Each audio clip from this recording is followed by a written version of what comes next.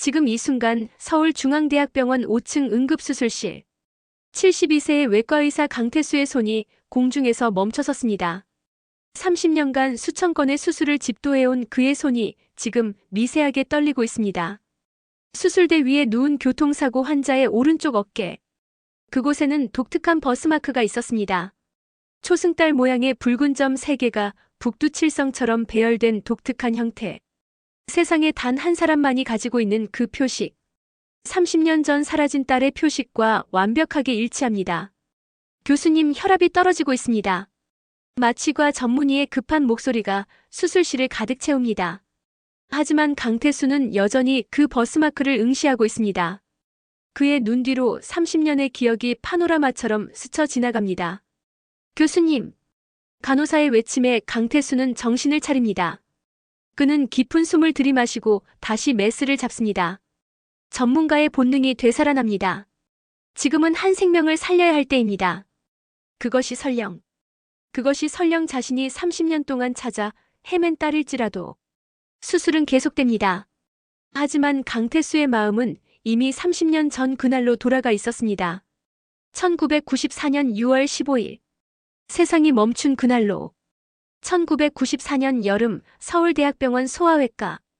당시 42세였던 강태수는 촉망받는 소아외과 전문의였습니다. 그날은 그의 딸 강민서의 5번째 생일이었습니다. 아내가 출장 중이라 그는 딸을 병원에 데리고 왔었습니다. 아빠, 나 배고파. 5살 민서가 아버지의 하얀 가운 자락을 잡아당기며 말했습니다. 강태수는 딸의 머리를 쓰다듬으며 미소 지었습니다. 조금만 기다려. 아빠가 환자 한 명만 더 보고 갈게. 그럼 민서 좋아하는 스파게티 먹으러 가자. 정말? 약속이야?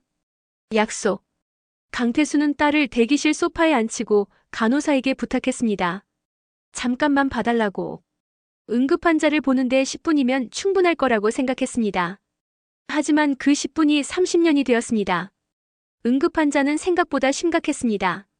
수술이 필요했고 20분이 30분이 되었고 30분이 1시간이 되었습니다. 수술을 마치고 대기실로 돌아왔을 때 민서는 사라지고 없었습니다. 간호사는 울면서 말했습니다. 잠깐 화장실에 다녀온 사이에 아이가 사라졌다고. CCTV에는 낯선 여성이 민서의 손을 잡고 병원을 나가는 모습이 찍혀 있었습니다. 경찰은 즉시 수사에 들어갔습니다. 하지만 그 여성의 신원은 밝혀지지 않았습니다. 몸값 요구도 없었고 어떤 연락도 오지 않았습니다. 민서는 그렇게 공기처럼 사라졌습니다. 강태수의 아내는 그 충격으로 정신과 치료를 받았고 3년 후 교통사고로 세상을 떠났습니다. 많은 이들은 그것이 사고가 아니었을 거라고 수군거렸습니다. 강태수는 홀로 남았습니다. 그리고 30년 동안 단 하루도 딸을 잊은 적이 없었습니다. 현재 수술 3시간째.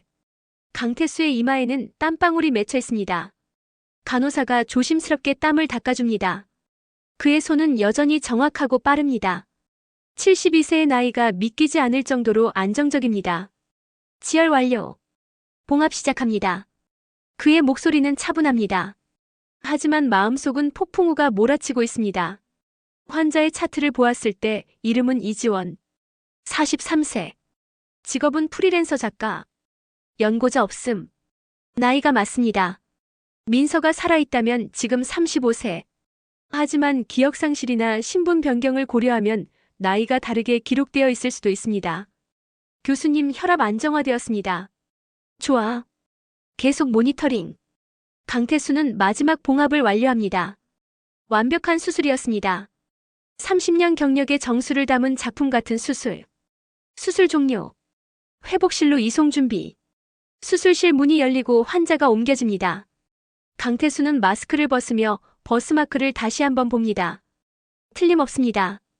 그 독특한 패턴. 아내가 민서를 낳았을 때 이렇게 말했었습니다. 여보, 우리 딸 어깨에 별자리가 있어요. 북두칠성처럼 생겼어요. 강태수는 탈의실로 향합니다. 그의 다리가 후들거립니다. 벤치에 주저앉아 얼굴을 손으로 감싸줍니다. 30년입니다. 1만 950일. 26만 2800시간. 그가 하루도 빠짐없이 딸을 그리워한 시간. 하지만 그는 확신할 수 없습니다. 버스마크만으로는 부족합니다. DNA 검사를 해야 합니다. 하지만 어떻게? 환자의 동의 없이 DNA 샘플을 채취하는 것은 명백한 윤리 위반입니다. 교수님 괜찮으세요? 레지던트 김준호가 들어와 걱정스러운 표정으로 묻습니다. 강태수는 고개를 들어 그를 바라봅니다. 준호, 저 환자. 보호자가 없다고 했지? 네, 교수님. 신원 확인 결과 혼자 사시는 것 같습니다. 주소지는 마포구 작은 원룸이고요. 의식은 언제 돌아올까? 중증 외상이었지만 수술이 잘 되었으니 내일이면 깨어날 겁니다. 교수님 수술 실력 덕분에 완벽하게 회복할 거예요. 강태수는 고개를 끄덕입니다. 내일. 내일이면 그 여성이 깨어날 것입니다. 그리고 그는 진실을 마주하게 될 것입니다. 설렘과 두려움이 교차합니다. 만약 그녀가 민서가 아니라면 30년 만의 희망이 다시 한번 무너지는 것을 견딜 수 있을까요? 하지만 만약 그녀가 정말 민서라면 강태수는 일어서서 창문 밖을 바라봅니다. 서울의 거리에 석양이 지고 있습니다. 그는 조용히 중얼거립니다. 민서야. 정말 너니? 다음 날 아침 7시. 중환자실. 강태수는 새벽부터 병원에 나와 있었습니다. 집에 가지 않았습니다. 가봤자 잠이 오지 않을 것이 뻔했기 때문입니다. 그는 중환자실 창문 너머로 이지원을 바라봅니다. 그녀는 여전히 깊은 잠에 빠져 있습니다. 각종 모니터와 링거줄이 연결되어 있지만 생명 징후는 모두 안정적입니다. 강태수는 그녀의 얼굴을 자세히 관찰합니다. 30년이라는 시간 앞에서 5살 아이의 얼굴을 43세 여성의 얼굴과 비교하는 것은 불가능합니다. 하지만 그는 찾아냅니다. 닮은 점을, 눈매, 코의 라인, 입술의 모양, 그리고 무엇보다도 이마의 작은 점. 교수님. 간호사가 다가와 조심스럽게 말합니다. 환자분 의식이 돌아오고 있습니다. 강태수의 심장이 뛰기 시작합니다. 그는 재빨리 중환자실로 들어갑니다. 이지원의 눈꺼풀이 떨립니다. 천천히, 아주 천천히 눈을 뜹니다. 처음에는 초점이 흐릿합니다. 천장의 흰 조명이 눈부신지 얼굴을 찡그립니다. 천천히 눈을 뜨세요. 여기는 중앙대학병원입니다. 강태수의 목소리는 의도적으로 부드럽고 전문적입니다. 하지만 그의 가슴 속에서는 수많은 감정이 폭발하고 있습니다. 이지원의 시선이 강태수에게 고정됩니다. 그녀의 눈동자가 천천히 초점을 맞춥니다. 그 순간 강태수와 이지원의 눈이 마주칩니다. 설명할 수 없는 전율이 두 사람 사이를 흐릅니다. 이지원의 눈에 순간적으로 이상한 감정에 스칩니다. 당황? 아니면 무언가를 알아본 듯한 표정? 하지만 그것은 찰나였습니다. 이내 그녀는 혼란스러운 표정으로 주위를 둘러봅니다. 여기가 어디? 병원입니다. 교통사고를 당하셨어요. 제가 응급수술을 집도했습니다. 저는 외과과장 강태수입니다. 이지원은 자신의 몸을 내려다봅니다. 붕대로 감긴 가슴 부위, 팔에 연결된 링거줄. 사고. 기억이 안 나요. 정상적인 반응입니다. 뇌진탕도 있었으니까요. 시간이 지나면 기억이 돌아올 겁니다. 강태수는 차트를 확인하는 척하면서 그녀를 계속 관찰합니다. 말투, 표정, 제스처. 모든 것을 기억 속에 담으려고 합니다. 가족에게 연락해야 하는데 연락처를. 보호자 연락처가 없으시더군요. 혹시 연락할 분이 계신가요? 이지원은 잠시 생각하다가 고개를 젓습니다. 없어요. 저는 혼자 살아요. 친구나 지인은? 그것도 많지 않아요. 그녀의 목소리에는 쓸쓸함이 묻어납니다. 강태수의 가슴이 아픕니다. 그렇군요. 걱정 마세요. 회복할 때까지 제가 직접 담당하겠습니다. 이지원은 고개를 끄덕입니다. 그리고 다시 강태수를 바라봅니다. 그녀의 눈에 묘한 감정에 스칩니다. 선생님, 어디선가 뵌 것 같은데. 강태수의 심장이 멈추는 것 같습니다. 혹시 이 병원에 오신 적이 있나요? 아니요. 그런 건 아니고 그냥 익숙한 느낌이. 착각이실 겁니다. 처음 뵙는걸요. 하지만 강태수는 알고 있습니다. 이것이 착각이 아니라는 것을. 혈육 사이에는 설명할 수 없는 무언가가 있다는 것을. 그날 밤 강태수의 병원 연구실. 그는 책상 앞에 앉아 두 장의 사진을 나란히 놓고 바라봅니다. 왼쪽은 30년 전 5살 민서의 사진. 오른쪽은 이지원의 신분증 사진을 확대한 것입니다. 얼굴 인식 프로그램을 돌려봤지만 30년이라는 시간의 격차 앞에서 정확한 매칭은 불가능했습니다. 하지만 그는 확신합니다. 눈매가 닮았습니다. 코의 각도가 닮았습니다. 그의 책상 위에는 이지원의 차트가 펼쳐져 있습니다. 이지원 43세. 출생 기록 1981년 1월 1일. 하지만 이것은 추정 생년월일입니다. 실제 생년월일을 모르는 사람들에게 흔히 부여되는 날짜입니다. 등록 기준지 경기도 양평군 사랑의 집 보육원. 강태수의 손이 떨립니다. 양평군. 서울대학병원에서 차로 1시간 거리. 민서가 사라진 지역과 가깝습니다. 그는 즉시 컴퓨터로 사랑의 집 보육원을 검색합니다. 1980년대에 설립된 오래된 보육원. 현재는 규모가 축소되어 요양원으로 운영 중입니다. 강태수는 노트에 메모를 시작합니다. 1. 버스마크 마이너스 민서와 완벽히 일치. 2. 나이 마이너스 43세 추정. 실제로는 35세일 가능성. 3. 보육원 마이너스 양평군 병원에서 가까운 거리. 4. 기억 마이너스 나를 본 순간 익숙하다고 말함. 그는 펜을 내려놓고 깊은 한숨을 내쉽니다. 30년입니다. 30년 동안 그는 수많은 단서를 좇았습니다. 매번 희망을 품었고 매번 실망했습니다. 심지어 사기꾼들도 있었습니다. 자신이 민서라고 주장하며 돈을 요구한 사람들. 그때마다 그의 마음은 산산조각 났습니다. 이번에도 그럴까요? 이번에도 또 다른 실망일까요? 하지만 버스마크는 거짓말을 하지 않습니다. 그 독특한 패턴은 복제할 수 없습니다. 강태수는 결심합니다. DNA 검사를 해야 합니다. 하지만 윤리적인 방법으로. 그는 전화를 듭니다. 여보세요, 병원윤리위원회죠? 강태수 교수입니다. 특별한 케이스에 대해 상담하고 싶습니다. 3일 후. 일반 병실. 이지원은 빠르게 회복하고 있습니다. 강태수의 수술 실력 덕분입니다. 그녀는 이제 침대에 앉아서 책을 읽을 수 있을 정도가 되었습니다. 강태수는 매일 2번씩 그녀를 찾아옵니다.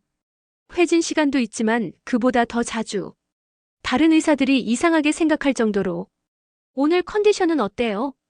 많이 좋아졌어요. 선생님 덕분에. 이지원은 미소 짓습니다. 그 미소를 보는 순간 강태수는 가슴이 먹먹해집니다. 아내의 미소와 닮았습니다. 다행이네요. 곧 퇴원할 수 있을 겁니다. 그런데 입원비는 어떻게 되는 건가요? 제가 보험이. 걱정하지 마세요. 교통사고 처리 중이고 가해자 보험에서 처리될 겁니다. 사실 가해자는 도주했습니다. 하지만 강태수는 자신의 돈으로 입원비를 처리할 생각입니다. 정말 감사합니다. 저 같은 사람한테. 지원 씨. 처음으로 강태수가 그녀의 이름을 불렀습니다. 이지원이 놀란 듯 그를 바라봅니다. 왜 본인을 저 같은 사람이라고 말하나요? 이지원은 잠시 말을 잃습니다. 그녀의 눈에 슬픔이 어립니다. 저는 누군지 잘 모르겠어요. 제 과거를. 보육원에서 자랐고 기억도 많이 없고 가족도 없고. 강태수의 가슴이 조입니다. 과거 기억이 없다는 게 무슨 뜻인가요? 제가 보육원에 온 게 아마 8살 때쯤이라고 들었어요. 그 전 기억은 거의 없어요. 머리를 다쳤었대요. 사고로. 강태수의 심장이 빠르게 뜁니다. 사고? 어떤 사고? 잘 모르겠어요. 원장 선생님도 정확히는 모르신대요. 어떤 여자분이 저를 데려왔다고만. 그리고는 사라졌대요. 그 여자분은 누구였나요? 모르겠어요. 이름도 남기지 않았대요. 모든 것이 맞아떨어집니다. 1994년 민서가 사라졌을 때 CCTV에 찍힌 그 여성. 그녀가 이지원을, 아니 민서를 보육원에 데려다 준 것일 수도 있습니다. 혹시 어린 시절 기억나는 것이 있나요? 아주 작은 것이라도. 이지원은 생각에 잠깁니다. 따뜻한 느낌? 누군가의 품. 그리고 노래. 누군가 불러주던 노래가 있었던 것 같아요. 하지만 가사는 기억 안 나요. 강태수의 눈에 눈물이 고입니다. 그는 빠르게 고개를 돌려 감정을 숨깁니다. 선생님 괜찮으세요? 네, 괜찮습니다. 먼지가 들어가서. 그는 자리에서 일어섭니다.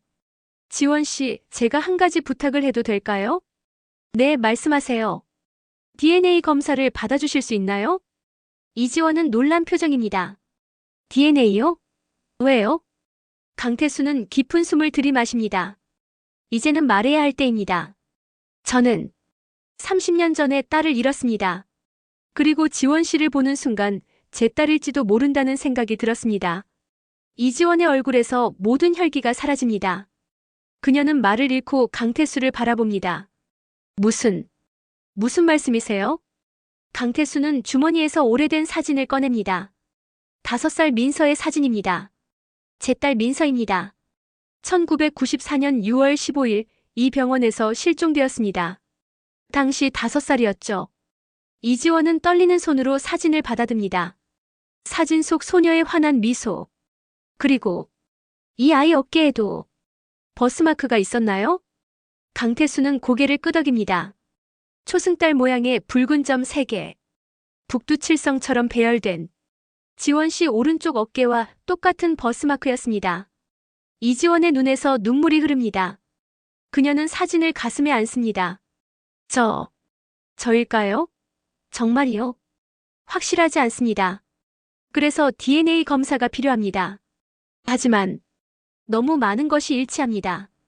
강태수는 천천히 그녀 옆에 앉습니다. 나이, 보육원 위치, 기억상실, 그리고 무엇보다도 버스마크. 이지원은 울먹이며 묻습니다. 만약 제가 정말 민서라면 30년 동안 내가 널 찾지 못한 것에 대해 미안하다고 말하고 싶습니다. 정말 미안합니다. 강태수의 목소리가 떨립니다. 72세 노 교수의 눈에서 눈물이 흐릅니다. 저는 하루도 널 잊은 적이 없습니다.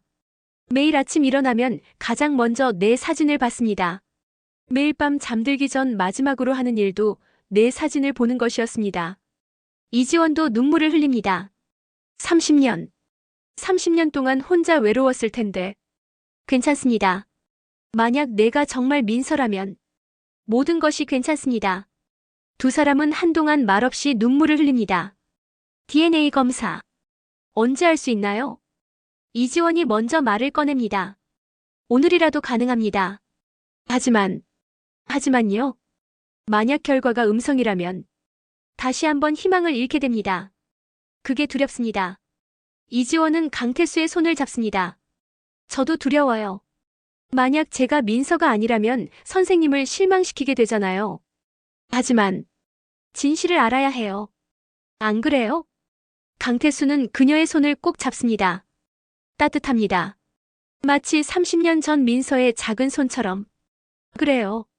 진실을 알아야죠. 검사는 즉시 진행되었습니다. 강태수의 혈액 샘플과 이지원의 구강세포 샘플이 병원 유전자 검사실로 보내졌습니다. 검사실장은 강태수의 오랜 동료인 박현주 교수였습니다. 태수, 정말 그 아이일 가능성이 있어? 박현주는 샘플을 받으며 조심스럽게 묻습니다. 그녀도 30년 전 민서 실종 사건을 기억하고 있습니다. 모르겠어. 하지만 희망하고 있어. 알았어. 최우선으로 처리할게. 급속 분석으로 하면 48시간이면 결과가 나올 거야. 고마워, 현주야. 강태수는 검사실을 나와 복도를 걷습니다. 48시간. 이틀. 그에게는 48년처럼 느껴질 것입니다. 그는 이지원의 병실로 향합니다. 문을 노크하고 들어가니 그녀는 창밖을 바라보며 앉아 있습니다. 지원 씨. 아, 선생님. 검사는 잘 됐어요? 네. 이틀 후에 결과가 나옵니다. 이틀. 이지원은 불안한 표정입니다. 만약 제가 민서가 아니라면 어떡하죠? 강태수는 그녀 옆에 앉습니다. 그래도 괜찮습니다. 지원 씨는 지원 씨니까요. 하지만 선생님은 실망하실 거잖아요. 아니요. 지원 씨를 만난 것만으로도 감사합니다. 지원 씨를 통해 많은 것을 깨달았으니까요. 무엇을요? 제가 30년 동안 과거에만 매몰되어 살았다는 것. 현재를 놓치고 있었다는 것. 이지원은 고개를 끄덕입니다. 저도 만약 선생님이 제 아버지가 아니더라도 선생님 같은 분을 만난 것에 감사해요. 저를 이렇게 진심으로 대해주시는 분을 처음 만났어요. 두 사람은 잠시 침묵 속에 앉아 있습니다. 하지만 그 침묵은 편안합니다. 지원 씨, 퇴원하면 어디로 가실 건가요? 원룸이 있어요. 작지만 제 공간이에요. 혼자 생활하시는 게 힘들지 않나요? 익숙해요. 평생 혼자였으니까. 강태수의 가슴이 아픕니다. 앞으로는 혼자가 아닐 수도 있습니다. 이지원은 강태수를 바라봅니다. 그의 눈에는 진심 어린 따뜻함이 담겨 있습니다. 선생님, DNA 결과가 어떻게 나오든 저는 지원 씨를 돌보고 싶습니다. 만약 괜찮으시다면. 이지원의 눈에 다시 눈물이 맺힙니다. 정말 그렇게 해주실 건가요? 그럼요. 약속합니다. 48시간은 천천히 흘러갑니다. 강태수는 거의 잠을 자지 못합니다. 병원 당직실에서 뒤척이며 천장을 바라봅니다. 머릿속에는 온통 민서와 이지원의 모습뿐입니다. 첫째 날 밤, 그는 30년 전 민서의 물건들이 담긴 상자를 열어봅니다. 작은 인형, 그림책, 크레용. 모든 것이 그대로 보존되어 있습니다. 그중 작은 녹음기를 발견합니다. 그는 재생 버튼을 누릅니다. 아빠, 나 노래 불러줄게. 5살 민서의 목소리가 흘러나옵니다. 강태수의 눈에서 눈물이 흐릅니다. 잘 자라 우리 아가, 별들아 지켜줘. 민서가 부르는 자장가. 발음이 정확하지 않지만 사랑스럽습니다. 강태수는 녹음기를 가슴에 안고 울음을 터뜨립니다. 둘째 날 아침, 그는 이지원의 병실을 찾아갑니다. 그녀는 침대에 앉아 노트에 무언가를 적고 있습니다. 뭘 쓰고 계세요? 아, 선생님. 저 소설을 쓰고 있어요. 프리랜서 작가거든요. 어떤 소설인가요? 가족에 관한 이야기예요. 잃어버린 것을 찾는 이야기. 강태수는 미소 짓습니다. 읽어봐도 될까요? 아직 완성 안 됐는데. 괜찮으시면. 그녀는 노트를 건넵니다. 강태수는 천천히 읽습니다. 기억은 사라져도 마음은 기억한다. 30년의 시간도 혈육의 끈을 끊을 수 없다. 강태수의 눈에 다시 눈물이 고입니다. 아름다운 문장이네요. 감사합니다. 제가 평생 찾고 싶었던 것에 대한 이야기예요. 찾고 싶었던 것이요? 제 뿌리요. 제가 누구인지 어디서 왔는지. 이지원의 목소리가 떨립니다. 이제 곧 알게 될 겁니다. 강태수가 그녀의 손을 잡습니다. 이틀 후 오후 3시. 강태수는 유전자 검사실 앞에 서 있습니다. 손이 떨립니다. 72년 인생에서 가장 떨리는 순간입니다. 박현주가 문을 열고 나옵니다. 그녀의 손에는 봉인된 봉투가 들려 있습니다. 태수. 그녀의 목소리가 떨립니다. 그녀의 눈에는 눈물이 맺혀 있습니다. 강태수의 심장이 멈추는 것 같습니다. 현주야. 결과가. 박현주는 봉투를 건네지 않고 먼저 말합니다. 태수. 축하해. 정말 축하해. 강태수의 다리에 힘이 풀립니다. 그는 벽에 기대섭니다. 정말 민서야? 박현주는 고개를 끄덕이며 봉투를 건넵니다. 친자 확률 99.99%. 틀림없어. 이지원 씨는 내 딸이야. 민서가 맞아. 강태수는 봉투를 받아들고 주저앉습니다. 복도 바닥에 무릎을 꿇고 봉투를 펼칩니다. 친자관계 확인. 확률 99.99%. 결론 생물학적 부녀 관계가 확실함. 30년입니다. 1만 950일. 26만 2800시간. 그 모든 시간이 이 한 장의 종이로 보상받습니다. 강태수는 복도 한가운데에서 소리내어 옵니다. 72세 노 교수가 아이처럼 울부짖습니다. 병원 직원들이 놀라 복도로 나옵니다. 하지만 박현주가 손짓으로 막습니다. 괜찮아요. 기쁨의 눈물이에요. 한참 후 강태수는 겨우 진정합니다. 그는 일어서서 박현주를 껴안습니다. 고마워, 현주야. 정말 고마워. 축하해, 태수. 정말 기적이야. 강태수는 결과지를 가슴에 안고 이지원의 병실로 달려갑니다. 복도를 달리는 72세 노 교수. 직원들은 놀란 표정으로 그를 바라봅니다. 그는 병실 문을 열어젖힙니다. 지원아. 이지원이 놀라 고개를 돌립니다. 선생님. 강태수는 숨을 헐떡이며 그녀에게 다가갑니다. 손에 결과지를 들고. 민서야. 내 딸 민서야. 이지원의 얼굴이 창백해집니다. 정말. 정말이요? 강태수는 고개를 끄덕이며 결과지를 그녀에게 보여줍니다. 이지원은 결과지를 읽습니다. 한 줄 한 줄 천천히. 저 정말 민서예요? 그래. 넌 내 딸이야. 30년 만에. 드디어 찾았어. 이지원의 눈에서 눈물이 폭포처럼 쏟아집니다. 그녀는 침대에서 일어나 강태수에게 다가갑니다. 아버지.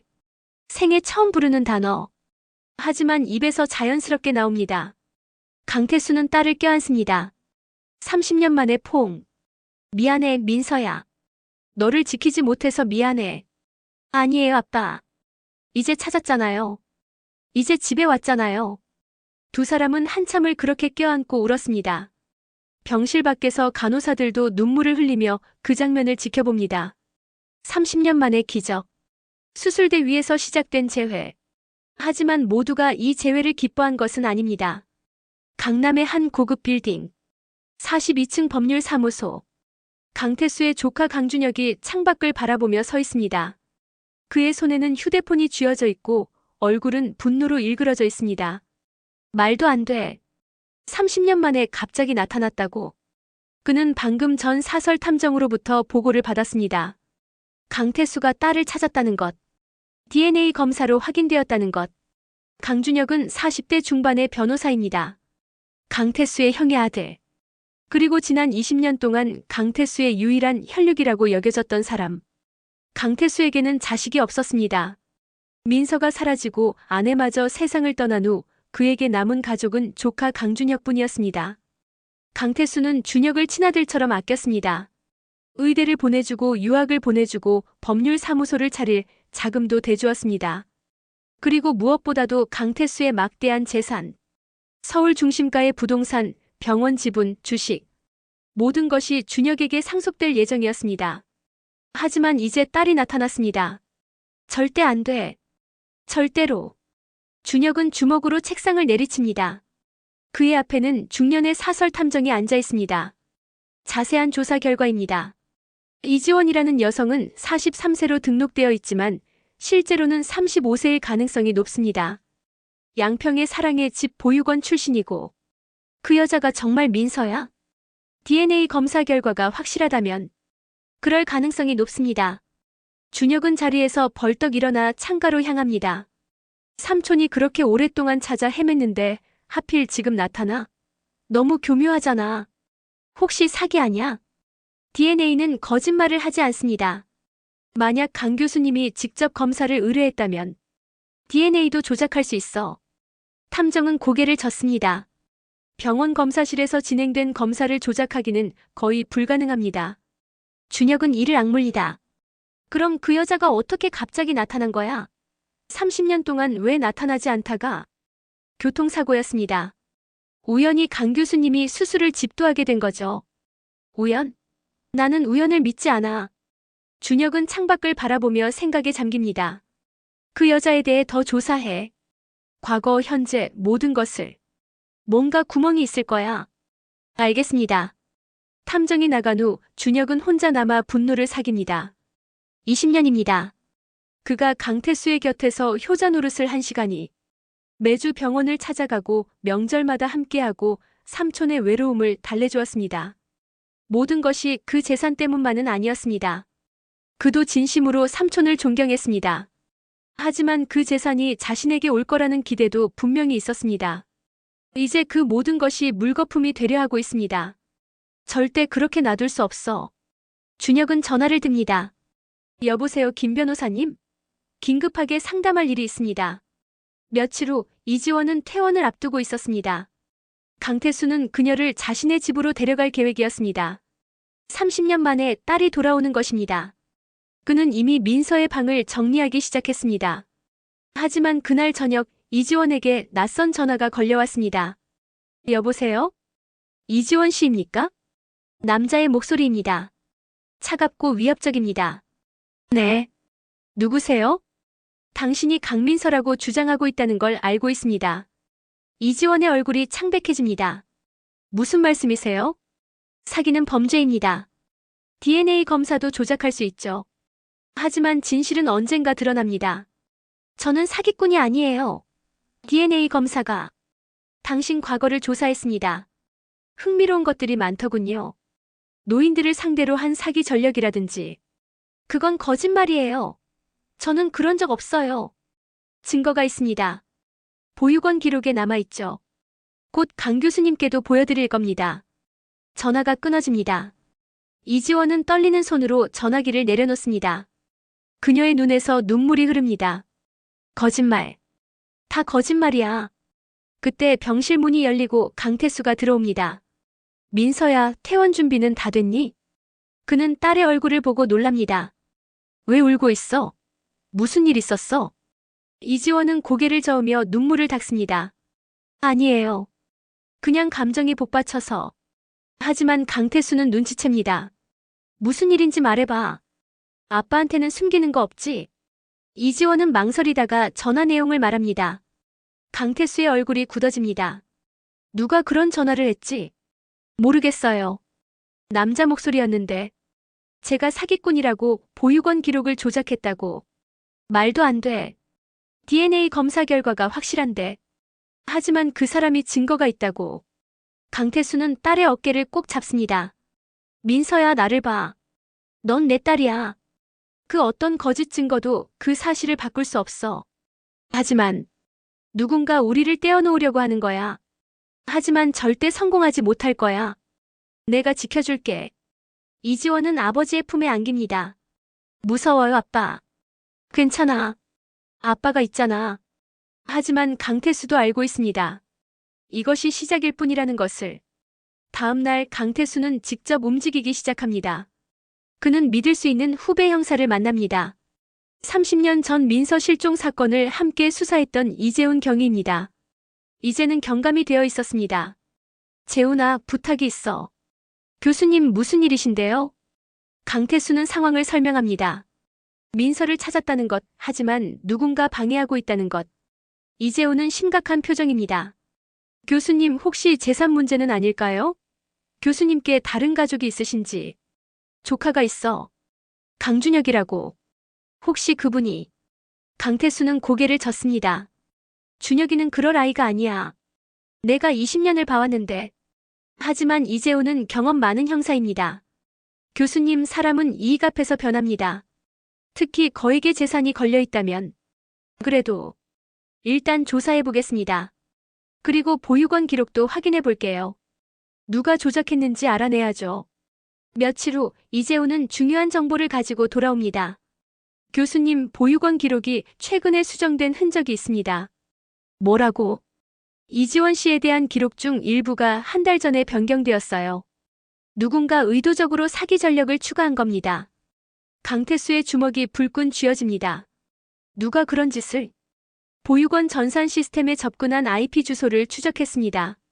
강남의 한 법률사무소에서 접속했더군요. 법률사무소? 어디? 이재훈은 서류를 건넵니다. 정의 법률사무소. 대표 변호사는. 강태수는 서류를 보고 충격에 빠집니다. 강준혁. 그의 조카의 이름이 거기 있었습니다. 강태수는 즉시 조카의 사무실로 향합니다. 42층 고급 사무실. 강준혁은 책상에 앉아 서류를 검토하고 있었습니다. 삼촌? 어떻게 오셨어요? 준혁은 놀란 척하지만 강태수는 그의 눈빛에서 죄책감을 읽어냅니다. 준혁아, 물어볼 게 있어. 무엇인데요? 강태수는 서류를 책상에 던집니다. 이게 뭐야? 민서의 보육원 기록을 조작한 게 너였어? 준혁의 얼굴이 순간 굳습니다. 무슨 말씀을? 증거가 다 있어. IP 주소 접속 기록. 내가 사설 탐정을 고용해서 기록을 조작한 거야. 준혁은 잠시 침묵합니다. 그리고는 의자에서 일어나 창가로 향합니다. 인정합니다. 강태수는 충격에 빠집니다. 그는 조카가 부인할 거라고 생각했습니다. 왜 그런 짓을 한 거야? 준혁은 돌아서며 차가운 눈빛으로 삼촌을 바라봅니다. 20년입니다, 삼촌. 제가 삼촌 곁에서 헌신한 시간이. 그게 무슨. 민서는 30년 동안 어디 있었습니까? 삼촌이 외롭고 힘들 때 곁에 없었잖아요. 하지만 저는 항상 삼촌 곁에 있었습니다. 강태수는 믿을 수 없다는 표정입니다. 그래서 내 사촌 동생의 과거를 조작하고 협박 전화를 한 거야? 저는 삼촌을 보호하려고 한 겁니다. 그 여자가 정말 민서인지 확신할 수 없었으니까. DNA 검사 결과가 나왔어. 확률 99.99%야. DNA도 조작할 수 있습니다. 강태수는 한 걸음 다가서며 조카를 똑바로 바라봅니다. 준혁아, 솔직하게 말해봐. 이게 정말 나를 보호하기 위해서야? 아니면 내 재산 때문이야? 준혁은 대답하지 않습니다. 하지만 그의 침묵이 모든 것을 말해줍니다. 강태수는 깊은 실망감에 빠집니다. 나는 널 친아들처럼 생각했어. 내가 이럴 줄은. 삼촌도 저를 진짜 아들로 생각하셨다면 재산을 저에게 주셨어야죠. 강태수는 더 이상 말이 나오지 않습니다. 이제 나가줘. 다신 내 앞에 나타나지 마. 삼촌. 나가. 준혁은 잠시 망설이다가 사무실을 나갑니다. 혼자 남은 강태수는 창밖을 바라보며 깊은 한숨을 내쉽니다. 가족. 그가 30년 동안 갈망했던 것. 하지만 가족의 의미를 착각하고 있었던 사람이 있었습니다. 며칠 후 강태수는 민서를 자신의 집으로 데려갑니다. 성북동 언덕 위에 오래된 한옥. 강태수가 30년 동안 혼자 살았던 집입니다. 이게 우리 집이야. 민서는 대문 앞에서 멈춰 섭니다. 묘한 감정이 밀려옵니다.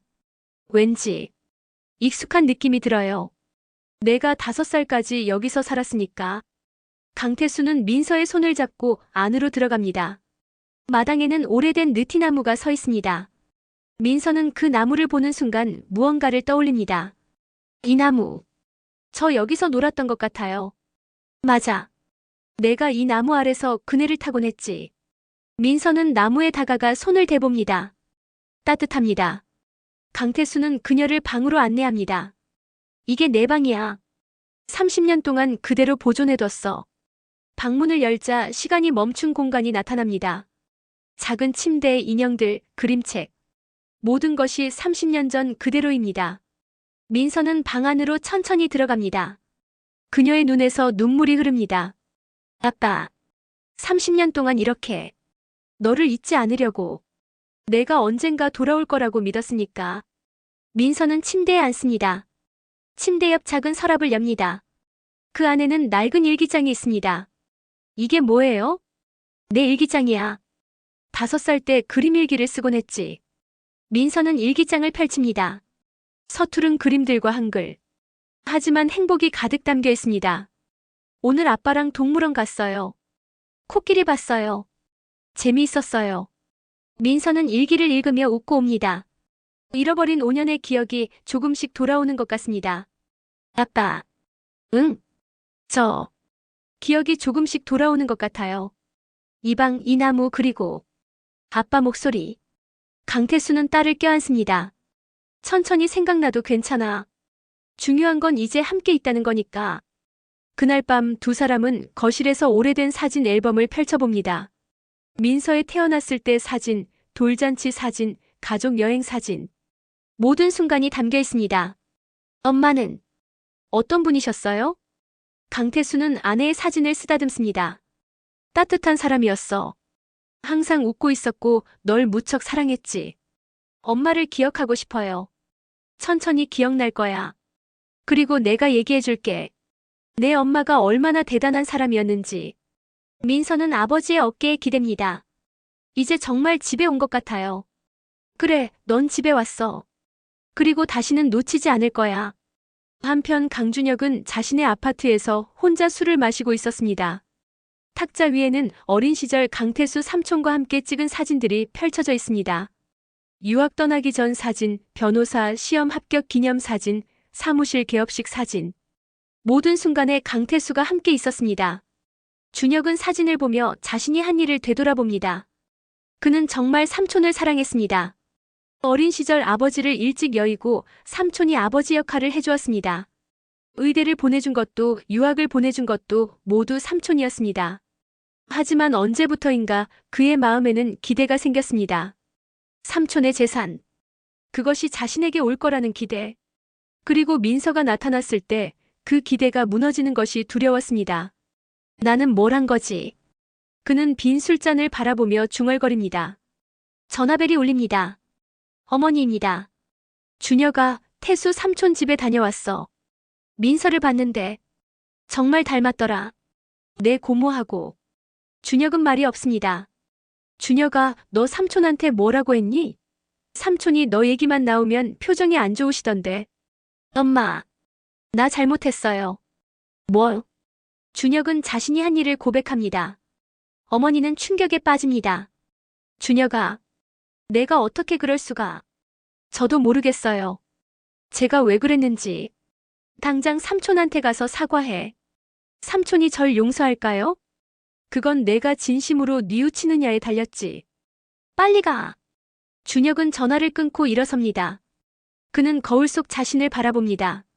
초췌한 얼굴, 지친 눈빛. 내가 정말 원했던 게 뭐였지? 그는 코트를 입고 밖으로 나갑니다. 성북동으로 향하면서 밤 9시 강태수의 집. 강태수와 민서는 거실에서 차를 마시고 있었습니다. 평화로운 시간입니다. 초인종이 울립니다. 강태수가 문을 열자 준혁이 서 있습니다. 그의 얼굴은 눈물로 범벅이 되어 있습니다. 삼촌, 뭐하러 왔어? 강태수의 목소리는 차갑습니다. 사과하러 왔습니다. 정말 죄송합니다. 준혁은 땅에 무릎을 꿇습니다. 제가 잘못했습니다. 욕심 때문에, 두려움 때문에. 제가 해서는 안 될 짓을 했습니다. 강태수는 말없이 그를 바라봅니다. 민서가 거실에서 나옵니다. 그녀는 준혁을 처음 봅니다. 아빠 누구세요? 내 조카야. 강준혁. 준혁은 민서를 올려다봅니다. 민서. 정말 미안해요. 제가 당신을 의심하고 협박하고 용서받을 수 없는 일을 했어요. 민서는 준혁을 바라봅니다. 그의 눈에서 진심을 읽습니다. 일어나세요. 준혁은 고개를 듭니다. 저는 제 잘못을 인정합니다. 경찰에 자수하겠습니다. 보육원 기록 조작 협박. 모든 것을 밝히겠습니다. 강태수는 한참을 침묵합니다.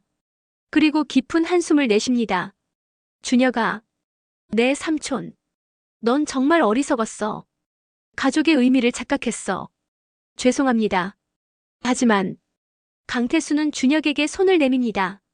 가족이란 건 재산으로 연결되는 게 아니야. 마음으로 연결되는 거지. 준혁은 삼촌의 손을 잡고 일어섭니다.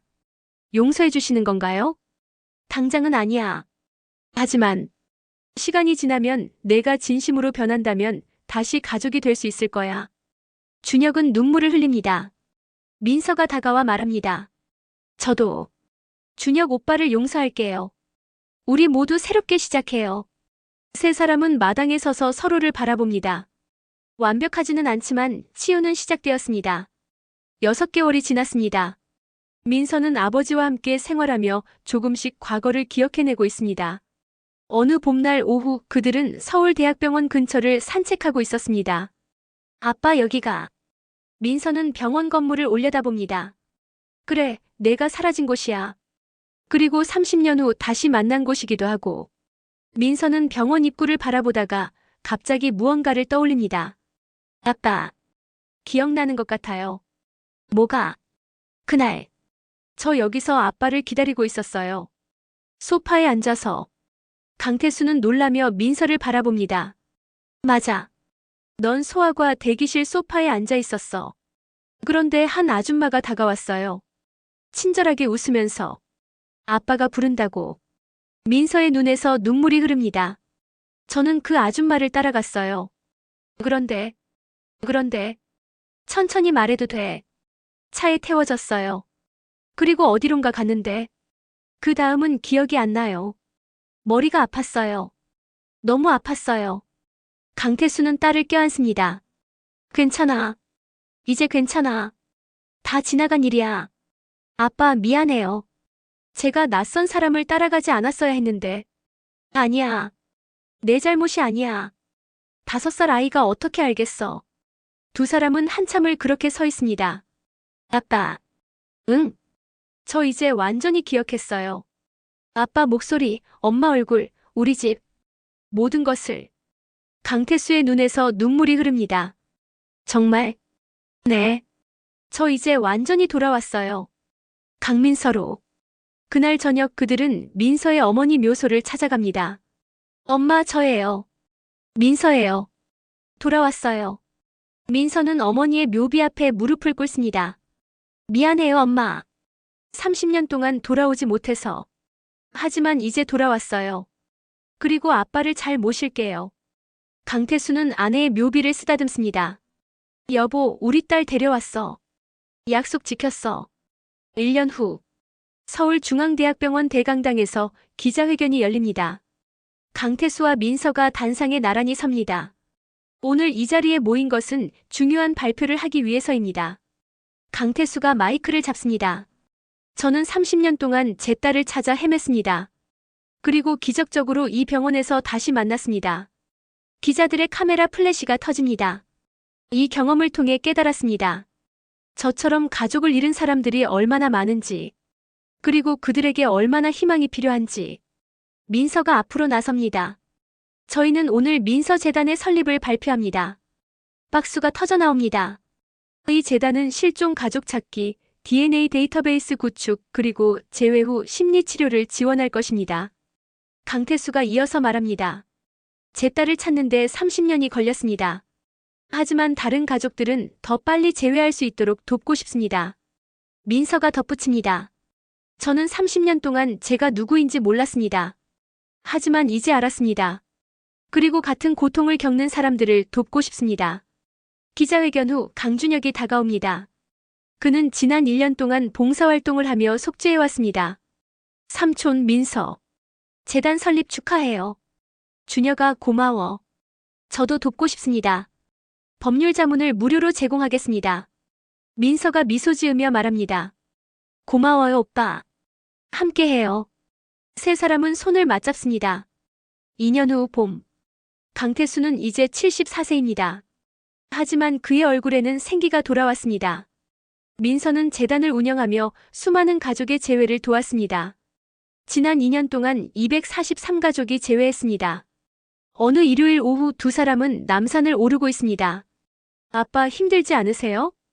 괜찮아. 내가 옆에 있으니까. 정상에 오르자 서울의 전경이 펼쳐집니다. 아빠, 저기 병원이 보여요. 그래. 우리가 다시 만난 곳. 민서는 아버지의 팔짱을 낍니다. 아빠, 감사해요. 뭐가? 포기하지 않고 저를 찾아줘서. 30년 동안 희망을 잃지 않아서. 강태수는 딸의 머리를 쓰다듬습니다. 당연한 거야. 넌 내 딸이니까. 저도 이제 알아요. 아빠가 얼마나 저를 사랑하는지. 두 사람은 서울을 내려다보며 함께 서 있습니다. 민서야.